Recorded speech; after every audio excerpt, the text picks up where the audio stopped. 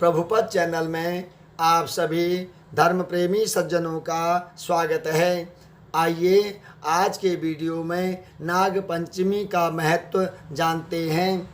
हिंदू धर्म में सांपों को पूजनीय माना गया है, इसलिए नाग पंचमी के त्यौहार का भी काफ़ी महत्व होता है।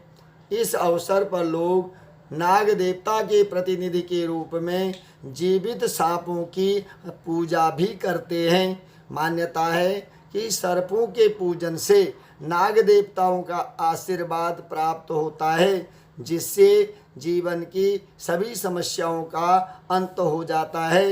यह पर्व श्रावण मास की शुक्ल पक्ष की पंचमी तिथि को मनाया जाता है। जानिए, हिंदू धर्म में नाग को शिव शंकर के गले का हार और सृष्टि के पालनकर्ता श्री हरि विष्णु की सैया माना जाता है। मान्यता है कि नागों की पूजा से भोले बाबा और श्री विष्णु भगवान प्रसन्न हो जाते हैं। नाग पंचमी पर वासुकी नाग, तक्षक नाग और शेष नाग की पूजा का विधान है। इसके अलावा नागों का लोगों के जीवन से भी गहरा नाता है। सावन के महीने में वर्षा होती है, जिस कारण सांप जमीन के अंदर से निकलकर बाहर आ जाते हैं। ऐसे में माना जाता है कि अगर नाग देवता को दूध पिलाया जाए और उनकी पूजा की जाए तो वे किसी को नुकसान नहीं पहुंचाते हैं। इसके अलावा कुंडली में काल सर्प दोष को दूर करने के लिए नाग पंचमी के दिन नाग देवता की पूजा या भगवान शिव का रुद्राभिषेक भी किया जाता है। नाग पंचमी के दिन सुबह स्नान करने के बाद घर के दरवाजे पर पूजा के स्थान पर गोबर से नाग बनाएं।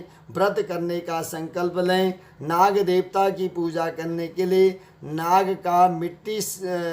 नाग का चित्र या मिट्टी के बने सर्प की मूर्ति लें। फिर एक चौकी के ऊपर साफ कपड़ा बिछाकर नाग प्रतिमा को स्थापित करें। इसके बाद हल्दी, चावल, रोली और फूल चढ़ाकर नाग देवता की पूजा करें। फिर प्रतिमा को कच्चा दूध, दही, घी, शहद, चीनी अर्पित करें। चंदन व गंध से युक्त जल चढ़ाएं। शुद्ध जल से स्नान कराएं। लड्डू और मालपुए का भोग लगाएं। धूप दीप नैवेद्य, पूजा के बाद आरती उतारें। अंत में नाग पंचमी की कथा सुने। नाग पंचमी की पूजा करें। शाम के समय नाग देवता की प्रतिमा को फलाहार दें। फिर नाग पंचमी की कथा सुने। किसी राज्य में एक किसान परिवार रहता था। किसान के 2 पुत्र व 1 पुत्री थी।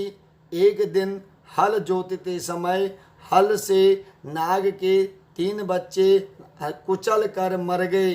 नागिन पहले तो विलाप करती रही, फिर उसने अपनी संतान के हत्यारे से बदला लेने का संकल्प किया। रात्रि को अंधकार में नागिन ने किसान व उसकी धर्मपत्नी व दोनों लड़कों को डस लिया। अगले दिन प्रातः किसान की पुत्री को डसने के उद्देश्य से नागिन फिर चली तो किसान कन्या ने उसके सामने दूध का भरा कटोरा रख दिया। हाथ जोड़कर क्षमा मांगने लगी। नागिन ने प्रसन्न होकर उसके माता पिता व दोनों भाइयों को पुनः जीवित कर दिया। उस दिन श्रावण शुक्ल पंचमी थी। तब से आज तक नागों के कोप से बचने के लिए इस दिन नागों की पूजा की जाती है।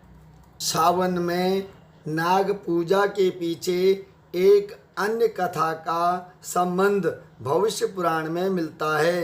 इस पुराण में यह बताया गया है कि जन्मेजय के नाग यज्ञ में जलने से बच जाने पर नागवंशी नागों ने आस्तिक मुनि और राजा जन्मेजय से कहा कि सावन के महीने में और पंचमी तिथि को जो लोग नागवंशी नागों की पूजा करेंगे उनके घर में नागदंश का भय नहीं रहेगा।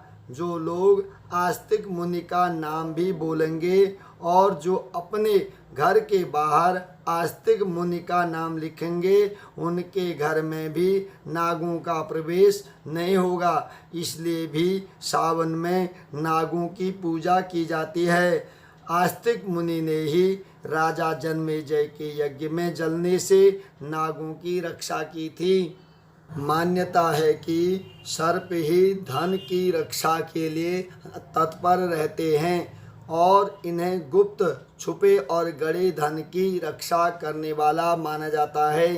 नाग माँ लक्ष्मी की रक्षा करते हैं जो हमारे धन की रक्षा में हमेशा तत्पर रहते हैं। इसलिए धन संपदा व समृद्धि की प्राप्ति के लिए नाग पंचमी मनाई जाती है। इस दिन स्त्रियां नाग और ब्रह्म अर्थात शिवलिंग स्वरूप की आराधना से मनोवांछित फलों की प्राप्ति होती है और साधक को धन लक्ष्मी का आशीर्वाद मिलता है।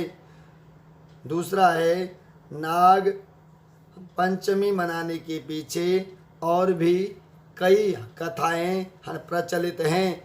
ऐसी मान्यता है कि समुद्र मंथन के बाद जो विष निकला उसे पीने को कोई तैयार नहीं था। अंततः भगवान शंकर ने उसे पी लिया। भगवान शिव जब विष पी रहे थे तभी उनके मुख से विष की कुछ बूंद नीचे पृथ्वी पर गिरी और सर्प के मुख में समा गई। इसके बाद ही सर्प जाति विषैली हो गई।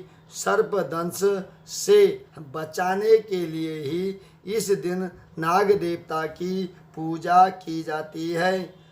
दूसरा, नाग पंचमी को लेकर एक कहानी यह भी प्रचलित है कि भगवान श्री कृष्ण ने उन्हें यह वरदान दिया था कि जो भी जातक नाग देवता को दूध पिलाएगा उसे जीवन में कभी कष्ट नहीं होगा। एक बार कालिया नाम के नाग ने प्रतिशोध में पूरी यमुना नदी में विष घोल दिया। इसके बाद यमुना नदी का पानी पीने से ब्रजवासी बेहोश होने लगे। ऐसे में भगवान श्री कृष्ण ने यमुना नदी के अंदर बैठे कालिया को बाहर निकालकर उससे युद्ध किया। युद्ध में कालिया हार गया और यमुना नदी से उससे अपना सारा विष सोख लिया। भगवान श्री कृष्ण ने प्रसन्न होकर कालिया को वरदान दिया और कहा कि सावन के शुक्ल पक्ष की पंचमी तिथि के दिन नाग पंचमी का त्यौहार मनाया जाएगा और सर्पों की पूजा की जाएगी। काल सर्प दोष निवारक मंत्र इस प्रकार है। ओम नवकुलाय विद्महे विषदंताय धीमहि तन्नो सर्पः प्रचोदयात्। मुझे आशा ही नहीं पूर्ण विश्वास है कि यह वीडियो आपको अच्छी लगेगी।